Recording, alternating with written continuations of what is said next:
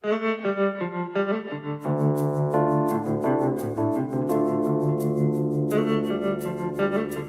up, my friends? It's Matt. This is the 10-Minute Bible Hour podcast. There's this friend I had in college and on past college who was fun to play sports with, good athlete, pretty good sport most of the time, but he would do this thing when he was a little outmatched, depending on the quality of the court, if we were playing basketball or whatever sport we might have been playing, where he'd do the thing where he's like, I'm a little injured, take it a little bit easy on me. And then if we got too physical or shoved him around, he would remind us that we need to take a little bit easy on him because he's a bit banged up. And then one time, one of the other guys in our circle of pickup game players brought a couple of younger kids, maybe high school, middle school, something like that. And was like, hey, do you mind if they jump in? And we're like, oh, yeah, sure. And everybody kind of knew what to do, except Mr. Take It Easy on me because I get a little bit banged up sometimes guy went really hard on the kids, flexed on them a couple times, blocked a couple shots. And finally everybody was like, dude, you can't want us to not play physically against you if you're going to play physically against little children. If you can understand that little social anecdote, then you're super double, triple, extra more going to understand this incredibly clear, better example that Jesus uses to illustrate his point about if you're given grace, you got to give grace away. The situation is this. We're in Matthew chapter 18. Jesus just got done explaining what you're supposed to do, what steps you're supposed to go through if somebody does something wrong in church or if things get sideways relationally in church. And then Peter, wanting to demonstrate that he's on board with the teacher, the person who's in charge of the room, comes to Jesus in verse 21. He says, Lord, how many times shall I forgive my brother when he sins against me? Up to 7 times? And this really was a very forward-thinking thing for him to say. It's like, well, the texts that usually the religious leaders of the day would draw on to answer this question, they'd say, well, 3 times, maybe up to 4, maybe. And so Peter is saying like 3 plus 4, 7, which is pretty cool. But Jesus takes it even further and he answers, I tell you, not 7 times, but 77 times, or 70 times 7, it's rendered sometimes. And he goes into this parable that's better than the lame one that I opened with. And it goes like this. Therefore, the kingdom of heaven is like a king who wanted to settle accounts with his servants. Okay, we talked yesterday about the introduction here being the kingdom of heaven is like. That's reminiscent of the kingdom parables formula of Matthew chapter 13. And here we have a king who is wanting to square things up with those servants who are doing some sort of business in his name or business with him. In this case, it looks like debts. Verse 24, it says, as he began the settlement, a man who owed him 10,000 talents was brought to him. I do not know off the top of my head what a talent is. I suppose I could have Googled that and then just impressed you by being like, this is how much it is, but I actually have no idea. And so I am Googling it right now, and that's why I'm stalling and buffering, and you're all listening. Tricked you. Okay, 75 pounds is what this is saying. A measure of weight around 75 pounds. Dang, that is a lot.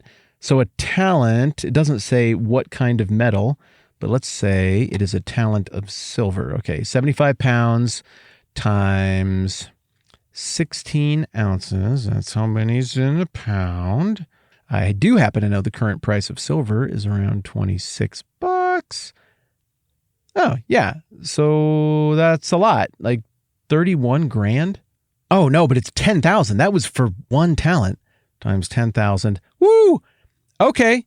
Yep, that's a lot of money. That's a cool $312 million if we go by modern silver values. Okay, I guess he probably wasn't able to pay it back. So then in verse 25, it says, since he wasn't able to pay the master the 312 mil that he owed him casually, the master ordered that he and his wife and his children and all that he had be sold to repay the debt, which is not even going to come close. So then in light of the 312 million figure, the servant does the only thing that makes sense, which is beg. You're never going to get an audience with this master ever again. You're never getting out of jail ever. I mean, you're not going to earn $312 million walking around town with all your freedom, let alone $312 million sitting in jail. So this is your one chance. The debtor recognizes the opportunity and he goes big. Be patient with me, he begged, and I will pay you back everything. Now, if I'm the master here, I guess I have a follow-up question, and that is, really? Really? If I'm just patient with you, you're going to come up with a third of a bill? Like, come on, man. I don't think that's going to happen. There's no way. It's an incalculable figure. And this guy is begging and pleading. Maybe he's trying to buy time.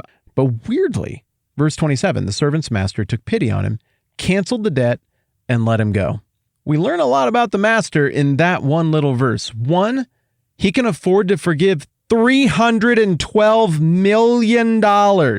So this king, this master, has unending riches if he can just write that off and call it, this is a loss as a gesture of kindness to someone who really wasn't that good to me anyway. And that brings us to a second thing that we learn about this guy, which is apparently you don't have to be that awesome for him to be merciful to you. Because if he's $312 million nice to this guy, how much nicer would he be to somebody who actually impressed him and who he got along with? So not only is this master incredibly generous with his money, he's got unbelievable resources, but he has an unbelievable reservoir of patience, and not just for people who could give him something back, which I suppose is the third thing we learn about the master here. There's really not much you can give somebody who has resources to draw on like this.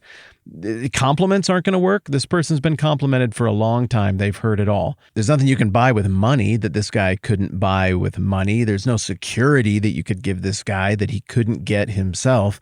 There's no smarts or intelligence. You can't crack a code better than this king, this master has cracked the code.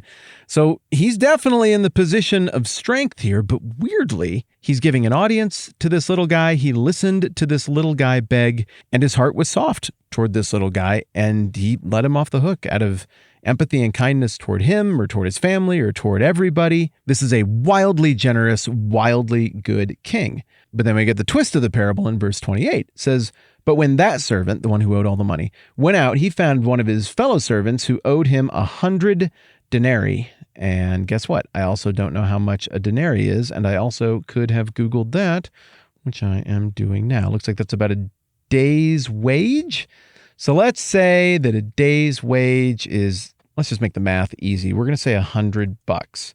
So dude earns $100.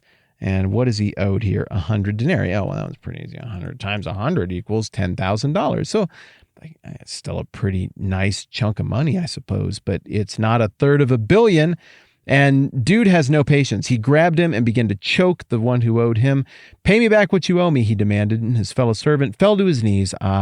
A little bit of it's like poetry, it rhymes thing going on here. This is the same exact thing that happened when the other guy was in debt. He falls to his knees and he begs him, "Be patient with me and I will pay you back." Be patient with me, he begged, "and I will pay you back everything."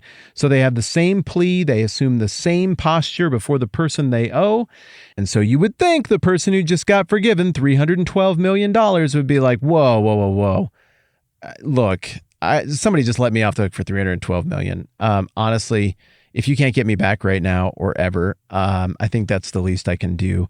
All the best. But we get a further twist. He refused. Instead, he, the servant who got forgiven a ton, went off and had the man who owed a little bit thrown into prison until he could pay the debt. When the other servants saw what had happened, they were greatly distressed and went and told their master everything that had happened. Then the master called the servant in. "Hey, you wicked servant," he said. "I canceled all that debt of yours because you begged me to. Shouldn't you have had mercy on your fellow servant just as I had on you?" And in anger, his master turned him over to the jailers to be tortured until he should pay back all he owed. And so it's important to note at the tail end of this story that the servant who was forgiven much did not just get the same punishment he was going to get. He got a worse punishment than he was going to get because he got showed so much forgiveness, so much mercy, and couldn't muster even a little modicum of mercy in light of what he'd been shown. That's the breakdown of the story. Next time around, we're going to break down the theology of the story and figure out how it fits into this whole bigger thing, especially the whole speech we're getting in Matthew chapter 18. I talked to the people from Africa Renewal at africarenewal.org/TMBH the other day, and it was really fun to hear about how many of you have jumped in to sponsor a kid in Uganda. Uganda, however, is going back under some kind of lockdown right now, so they've got it particularly tough, and it looks like Africa Renewal is going to be doing what they do best, which is thinking on their feet and meeting the needs of an ever-changing situation. The reality is a whole bunch of you just made that a whole lot easier by sponsoring a kid through Africa Renewal. And so I just want to say thanks for doing that. If that's something you're still thinking about, straight up, I'm asking you to think about it and maybe even give it a go. Again, you can learn more about that at africarenewal.org/TMBH. I'm Matt. This is the 10-Minute Bible Hour podcast. Let's do this again soon.